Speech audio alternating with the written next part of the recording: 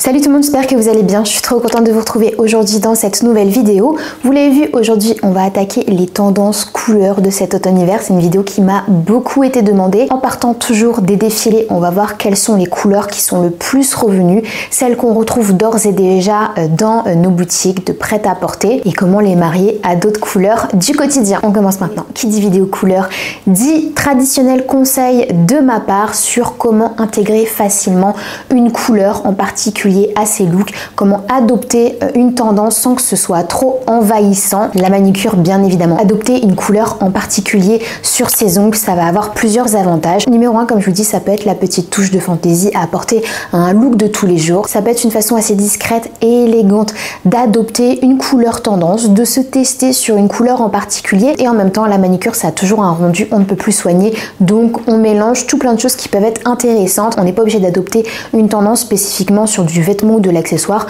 On ne néglige pas la beauté et en particulier dans ce cas-là les ongles. C'était l'occasion pour moi de vous présenter la petite nouveauté de l'unique marque que j'utilise au quotidien pour mes ongles. Cette marque, c'est Manucurist. Ils ont sorti un kit que je trouve très intéressant qui est le kit System Green. Cette fois-ci, on n'est pas sur l'utilisation d'une lampe UV. Donc pour celles qui n'appréciaient pas ou qui ne voulaient pas prendre le temps, peut-être que cette option-là pourra vous intéresser. En fait, le System Green, ça vous permet d'avoir le même rendu manucure au gel qui tient bien, qui est hyper brillant en quelques étapes rapides seulement. Les étapes, elles sont ultra simples. Première étape, on vient dégraisser les ongles avec un produit du kit pour améliorer la tenue tout simplement du vernis. Ensuite, on applique une première base qui est la base côte.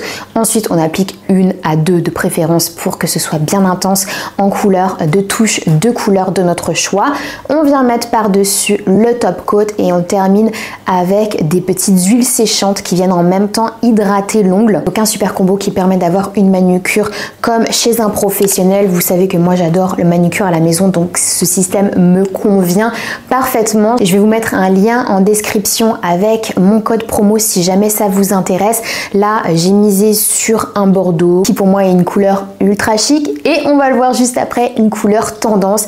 J'ai aussi opté dans ma sélection pour un chocolat, toujours tendance, toujours ultra chic. Ça change un petit peu des colos classiques. Si vous voulez adopter des petites couleurs tendance, n'oubliez jamais que sur les ongles, c'est une bonne première étape. On rentre dans le cœur des tendances maintenant avec la première tendance dont je voulais vous parler. Et il y a un gros teasing depuis le début sur cette tendance, c'est la tendance du marron chocolat. On en a retrouvé vraiment énormément. Dans les défilés, il y en avait entre autres chez Bottega Veneta ou chez Miu Miu et dans nos boutiques de prêt-à-porter, on en retrouve énormément. Je trouve très honnêtement que ça s'impose comme un faux neutre et comme une vraie alternative au noir. Si on cherche quelque chose d'un petit peu plus chaud, quelque chose peut-être d'un petit peu moins terne, on va mettre les grosses guillemets, le marron chocolat s'impose comme la bonne alternative. C'est ultra élégant, on voit ça comme un neutre, voilà, au même titre que le noir et on va pouvoir l'adopter de plein de façons différentes. En premier lieu sur une belle maille bien douillette. Celui-ci, c'est une collection actuelle de chez Isée que j'adore. Le chocolat, ça va pouvoir s'adopter également sur des pantalons. Ça passe très très bien. Encore une fois, en alternative au noir, on va venir mettre une blouse crème avec. On va venir mettre du beige, du camel, du vert aussi, du bordeaux. Donc, ça se marie à plein de couleurs. On pourra avoir des costumes, chose que j'ai un costume marron chocolat. Une beauté. En manteau, c'est très intéressant aussi si vous voulez un manteau sombre qui n'est pas noir et on en retrouve beaucoup dans les collections actuelles. On va pouvoir porter du chocolat en chaussures, bottines chocolat, mocassins chocolat. C'est sublime. Ça se portera en robe, ça se portera en jupe. Que dire, je pense qu'on a fait déjà le tour de toutes les possibilités et en mariage, ça va être très facile de le porter. Je vais vous donner vraiment beaucoup d'inspiration pour que vous voyez à quel point le marron chocolat peut s'imposer comme un intemporel de la garde-robe et comme ce faux neutre qui varie un petit peu des classiques dont on avait l'habitude et rien que pour ça, j'adore. En deuxième et adopté sur mes ongles, j'ai d'ailleurs un débardeur également qui est dans cette couleur. On a la tendance du bordeaux. Bordeaux pour moi, vraiment couleur qui revient chaque automne-hiver. C'est vraiment une couleur de la saison froide. Ça sera un petit peu moins considéré comme un faux neutre, mais c'est tout aussi facile à assumer, à porter et à associer au quotidien. Du côté des défilés, on en avait retrouvé énormément, entre autres chez Gucci, défilé que j'avais beaucoup aimé avec le nouveau directeur artistique, chez Chloé également ou chez Ferragamo. Le bordeaux, comment on va le porter? Déjà, sur quoi on va pouvoir le porter? On va pouvoir le porter en manteau. Si vous cherchez un manteau qui s'éloigne encore un petit peu plus des grands classiques de la draperie, un manteau bordeaux, ça peut carrément faire le job. On va le porter facilement au quotidien sur du marron comme je vous le disais, avec du beige, ça marche super bien. Un long manteau bordeaux, ça peut être carrément canon. On en retrouve beaucoup en maille. Je trouve que les mailles de manière générale et en hiver, c'est la manière un petit peu simple d'adopter une tendance couleur. J'ai plusieurs mailles de chez Cézanne, ils en ont sorti voilà toute une gamme dans cette couleur. Donc ça peut être une idée. On a vu aussi des jupes en maille toujours. Cézanne a sorti un ensemble pull et jupe midi qui peut être canon à porter avec des bottes genoux. C'est sublime, à la fois confortable et à la fois tendance de par la couleur. On retrouve aussi le bordeaux en vraie alternative du rouge en ce qui concerne les chaussures et la maroquinerie. Donc on va retrouver beaucoup de sacs.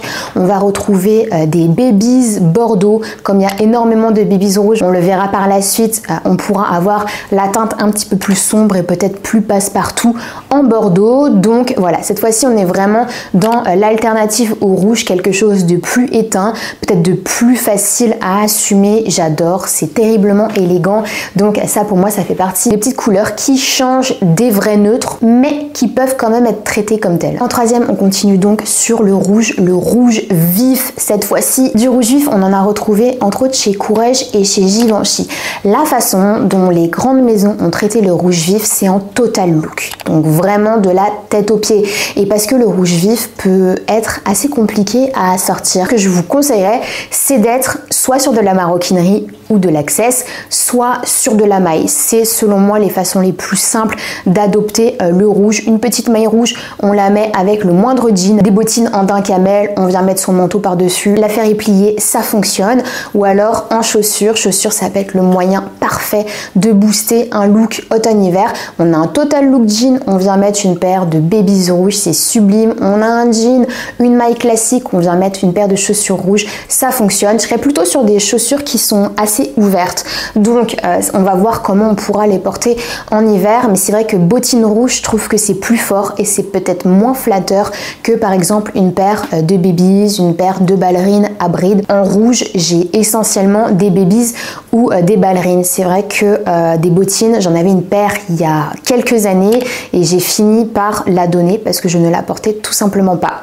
Pour preuve que c'est peut-être pas si facile que ça à intégrer à un dressing un petit peu décontracté chic ou un dressing un peu intemporel. En quatrième, c'est une tendance couleur que j'adore vraiment. La révélation de mon automne pour l'instant, c'est la couleur olive. Alors on a retrouvé énormément de vert, mais dans un spectre de teintes vraiment très varié, ce qui en fait une tendance assez intéressante parce que chacune va pouvoir se l'approprier en fonction de sa carnation, en fonction de son propre style aussi. Ça va se présenter dans différentes teintes, des teintes olive foncé, des teintes olive clair. On a même des fois du lime green, donc quelque chose de vraiment plus fort, avec beaucoup plus de jaune dans la couleur, beaucoup plus clair, beaucoup plus vif, potentiellement plus difficile à assumer et ça va pas aller à tout le monde. Au-delà de ça, le vert, en fonction de la teinte que vous allez choisir, il se révèle être une couleur qui est plutôt facile à intégrer à son dressing.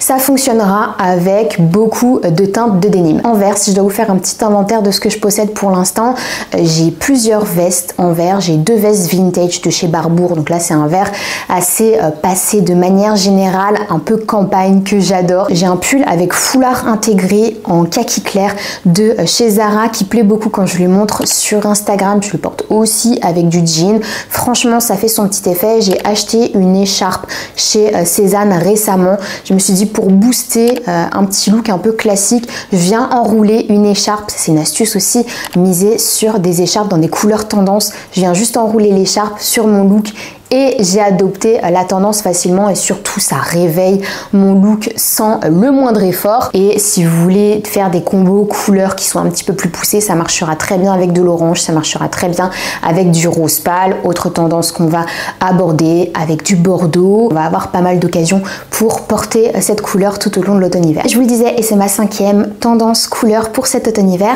on va retrouver beaucoup de rose pastel pour la saison. On appellera ça un rose un petit peu balai, tant il est poudré et tant il appelle à de la douceur. On va pas cracher dessus pour cette période qui peut parfois être un petit peu déprimante.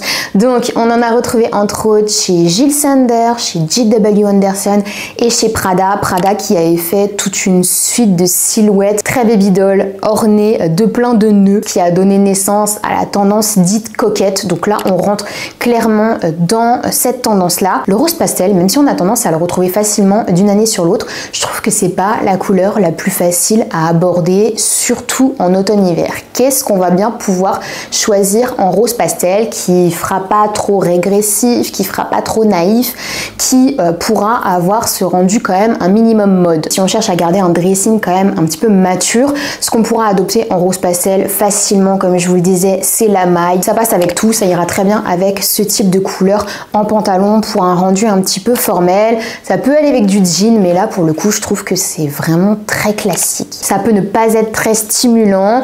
On pourra miser sur un gros manteau bien cocon, bien long, ça peut être sympa, mais faut-il vouloir investir dans un manteau, dans une tendance dont on peut facilement se lasser? Je mets un veto sur le sujet. On pourra éventuellement miser encore une fois sur des robes chasubles telles qu'on les a vues chez Prada. J'en ai repéré chez H&M qui sont vraiment inspirés du défilé Prada et par exemple pour les fêtes de fin d'année, on met ça avec un petit soupul col roulé très fin dans des teintes crème. Je trouve que c'est assez joli. Donc ça peut être une idée, c'est jeté, vous en faites ce que vous voulez. Si on reste sur voilà, une démarche d'intemporalité, on va se contenter d'être sur des valeurs sûres, donc la maille, le manteau si on veut investir et la petite robe, pour moi on va s'arrêter là. La dernière tendance que je voulais aborder avec vous, c'est peut-être pas la tendance la plus excitante de la saison et pourtant intégrer un dressing de tous les jours, ça fonctionne. C'est la tendance du gris dit corporate. Comprendre un gris inspiré du dress code formel, potentiellement de l'univers costume, univers masculin. On en a retrouvé entre autres chez Vuitton, chez Louis V, chez Prada, chez Marni. On va prendre directement à la source. On va pouvoir miser sur des costumes en laine froide, sur des costumes en tweed, pourquoi pas. On va essayer de jouer un petit peu avec les volumes. On n'est plus trop dans le costume oversize. On reste cependant dans un entre-deux, entre ajusté et loose pour garder de la modernité, garder ce côté mode qu'on aime. J'ai un pantalon que je trouve sublime de chez Gérard Darel, Coactuel, dans cette teinte-là. Je le mets avec un pull bordeaux, ça fonctionne, avec une chemise blanche, ça fonctionne. Il est ajusté ce qu'il faut au niveau de la taille et il part un petit peu en flair sur le bas. C'est trop joli, terriblement chic. On pourra miser sur des manteaux aussi. Un manteau gris anthracite un peu foncé, c'est plutôt intemporel, qu'il soit long ou qu'il soit court, ça fonctionne. Et bien avec le gris foncé de surcroît, c'est que ça s'associe parfaitement bien avec d'autres couleurs classiques de l'automne-hiver. Comprendre le noir, vous pouvez en porter avec des collants noirs sans aucun problème, vous pouvez en porter avec des chemises blanches, ça fonctionne. On arrivera bien à porter cette couleur et surtout on risque de pas s'enlacer. Voilà tout le monde, j'en ai fini avec cette vidéo, j'espère qu'elle vous a plu. N'hésitez pas à me faire un retour en commentaire sur les différentes tendances couleurs qu'on a abordées, celles que vous préférez le plus, celles que vous portez, celles que vous laissez de côté. Je vous rappelle mon code promo pour manucuriste, toujours la belle idée pour ajouter une petite touche de couleur en automne-hiver, voilà, qu'on cherche davantage d'élégance, qu'on cherche à injecter une couleur vive dans sa tenue, peu importe l'option manucure, à mon sens c'est toujours la bonne option. Donc vous aurez toutes les infos en description. Si vous êtes nouveau ou nouvelle sur cette chaîne, que vous voulez suivre un peu les vidéos tendances, conseils, look, histoire de la mode qui est ici, n'hésitez pas à vous abonner et surtout n'hésitez pas à vous abonner à mon Instagram, là où je poste au quotidien des photos de mes looks, des conseils, des sélections en story. On échange un max en DM. Voilà, je fais plein de gros bisous et je vous dis à la prochaine.